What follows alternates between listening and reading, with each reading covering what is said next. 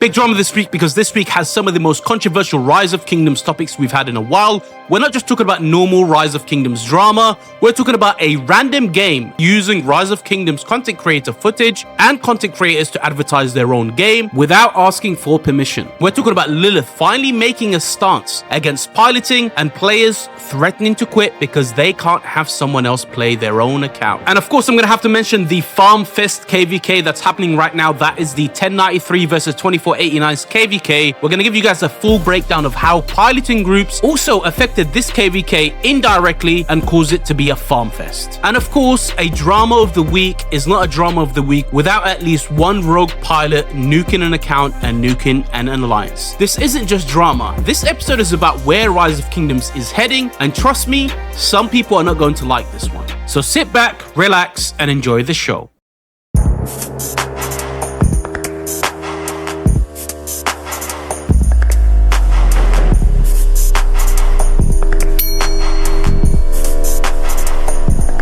Welcome back, guys, to another Rise of Kingdoms drama of the week. I am your host, King Schmuck, and I'm here to deliver the spiciest Rise of Kingdoms drama, bringing you unique content that isn't just guides and commander pairs, but also entertainment outside of your own kingdom's bubble. And today we're looking at a week where drama isn't just between kingdoms, it's between players, pilots, whales, developers, stakeholders, and the future of the game itself. Because Rise of Kingdoms is in a very strange place right now. It's still powerful enough that other games are using Rise of Kingdoms footage to promote themselves, but at the same time, the game is facing some of the biggest internal problems, piloting, and this topic gets really messy because it touches everything: fairness, spending, KvK balance, player burnout, leadership burnout, season of conquest retention, and obviously the uncomfortable truth that some of the biggest account in the game may not even be played by the players who own them. So today we're going to be looking through all of it: the piloting crackdown and the 1093 versus 2489 situation that shows exactly what happens when losing becomes too expensive. So grab your popcorn, because this week the drama isn't just inside kingdoms, it's inside the future of Rise of Kingdoms. Every attack, every counter, every move could change the tide, making it a spectacle no one could take their eyes. Alright, I'm not gonna lie, the first segment is kind of funny.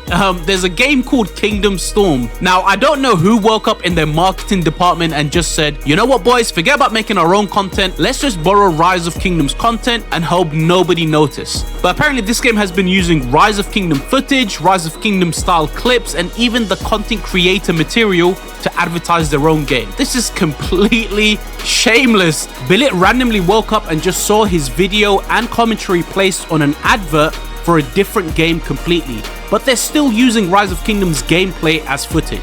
Listen, I respect competition, but honestly, this might just be the most awkward and the worst way to advertise your game, literally ripping content creator footage and advertising the game as your own. Like, surely this is an illegal way to advertise, right? Surely not only Lilith, but also the content creators themselves can request to take these ads down. But anyway, that was the warm-up drama, because the real controversy this week isn't just some random game pretending to be Rise of Kingdoms. The real controversy is when Lilith finally is turning around and saying they're finally making a stance against those pilots. And there's two types of pilots in this game. There's free pilots and there's Discord services that make a ton of money from the game. And I also made a documentary about how all of this started in my Pilot Underground video, so check that out if you haven't already. And in case you forgot how dangerous free pilots can be, let me remind you guys of the rogue pilot that went ballistic in my Drama of the Week episode 19, the Turkish player that offered free piloting but completely nuked and destroyed the account by killing and deleting all its troops,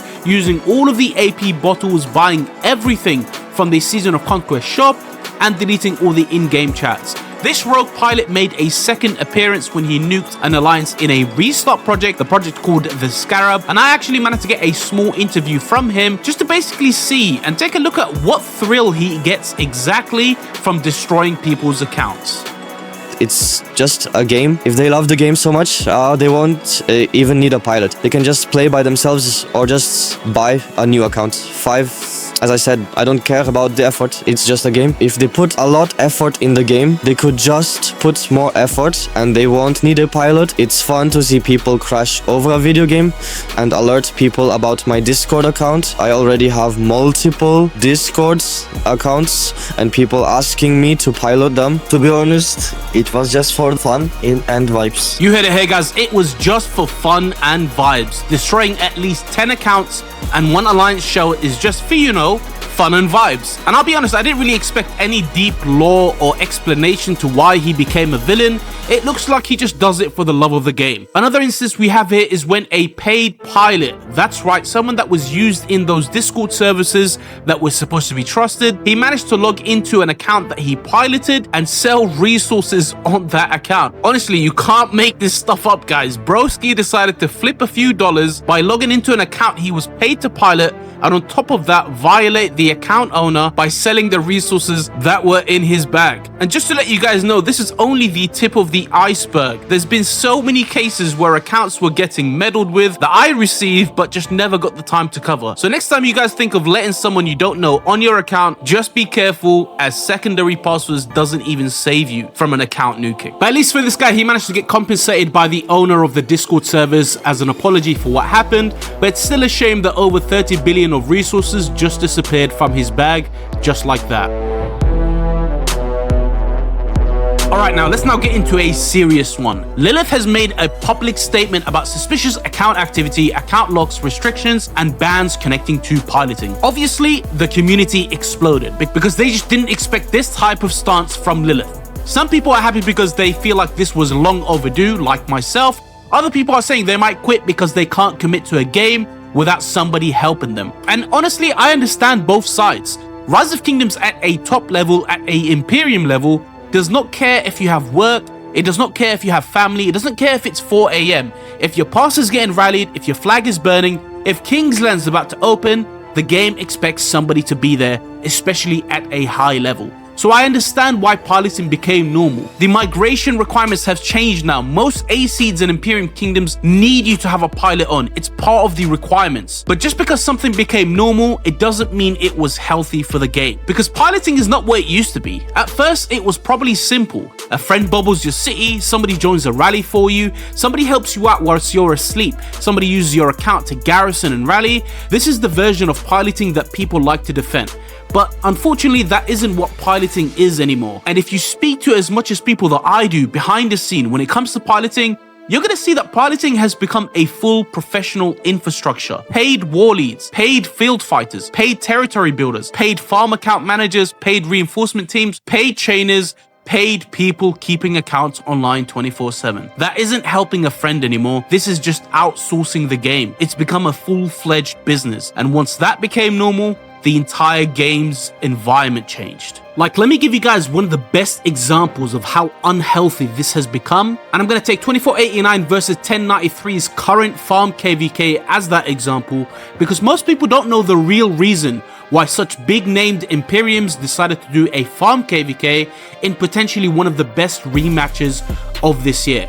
Most people just think it's diplomacy disputes, resentment from one another. A lot don't actually know that the piloting business indirectly affected this KvK and turned it into a farm fest. I'll try my best to explain and give you guys a quick summary, but in the first 2489 versus 1093 matchup, the KvK that had a 2-week Kingsland, 2489 Arvix in particular had paid for the pilot services, not just for his camp, but the A seed camp. That's right, 5 kingdoms in one camp had their pilot bills funded by Arvix alone. Arvix funded both camps piloting. Why? He really wanted to win. He was up against 2 golden Imperiums, and he wanted to show that he and his kingdom can beat 2 of the top Imperiums at that time. And honestly, it was quite a close Kingsland. But you can guess 2 weeks worth of non-stop piloting, the bill was extremely expensive.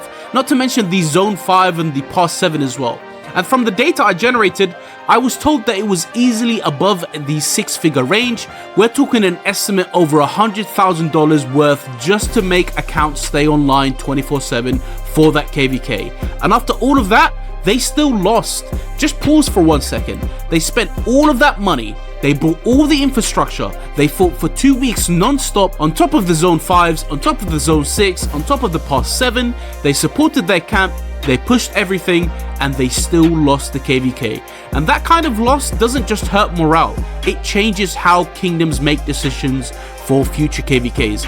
And this current KvK is just an example of that. 2489 is just not taking that risk anymore. They're not going to take the weakest camp in the KvK and fund their piloting services again just to risk losing and lose all that money on top. And that's why this KvK, which was supposed to be a good rematch, is now a farm fest. 2489's camp, which is the strongest camp in the map, allied with 3672's camp, which is the third strongest in the map, just based on stats. You could try to give as many reasons and excuses about Diplo not going well, about how 2489 wanted to 1v1 with 1093, and about how 1093 always tries to downplay and make themselves look weaker in diplomacy chats just so they can position themselves with better allies. All of that doesn't really matter when in reality you know this KvK wouldn't end like this had it not been the hundreds and thousands of dollars that were spent in the last KvK by 2489 just to end up on a loss. Ultimately, this also affected 1093 as they now have completely left the idea of being a 2 alliance kingdom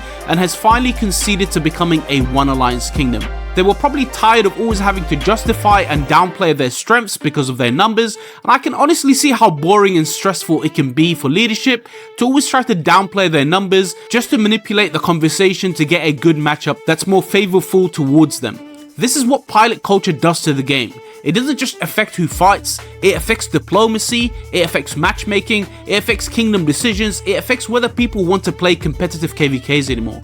Because when losing becomes expensive, kingdoms just stop looking for war. They start looking for insurance, they start looking for easy wins, and that's the problem.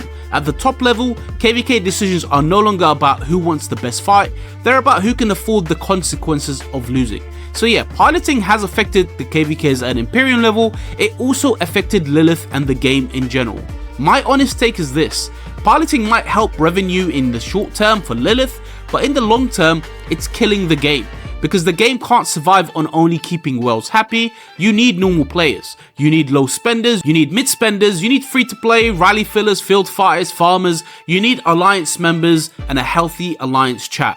You also need players that reach Season of Conquest and actually feel like they have a chance. If those players leave, the worlds are just spending money in empty kingdoms, and that's just not a future that we want to have for this game that we all know and love. Chatsky made a really good point in his most recent video where he spoke about Season of Conquest retention. He said that early game Rise of Kingdoms is fun, you build your city, you join your first alliance, you have your first wars, you make your friends, and you feel like the activity matters.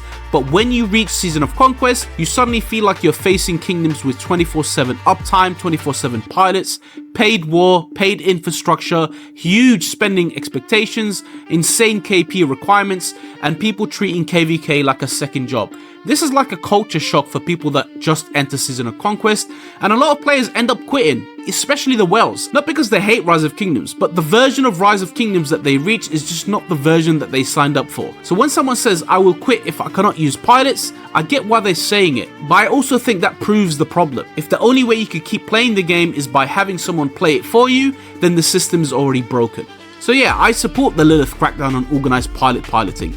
Not because I want players to be punished, not because I want people to randomly get banned, but because Rise of Kingdoms can't keep pretending this is a normal way to play the game. You can't build a future of a strategy game around people not playing their own accounts. You can't allow KP standards to be inflated by accounts that never sleep.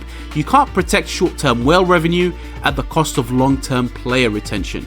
Short-term revenue is not the same as long-term health, and this is the line that Lilith needs to understand. So I do hope they take it seriously. I hope everything I said made sense. And of course I'm open to criticism, I may make mistakes here or there, but this is just my personal opinion as someone who's played this game for such a long time. I hope you guys enjoyed this video, and I will catch you guys on the next one.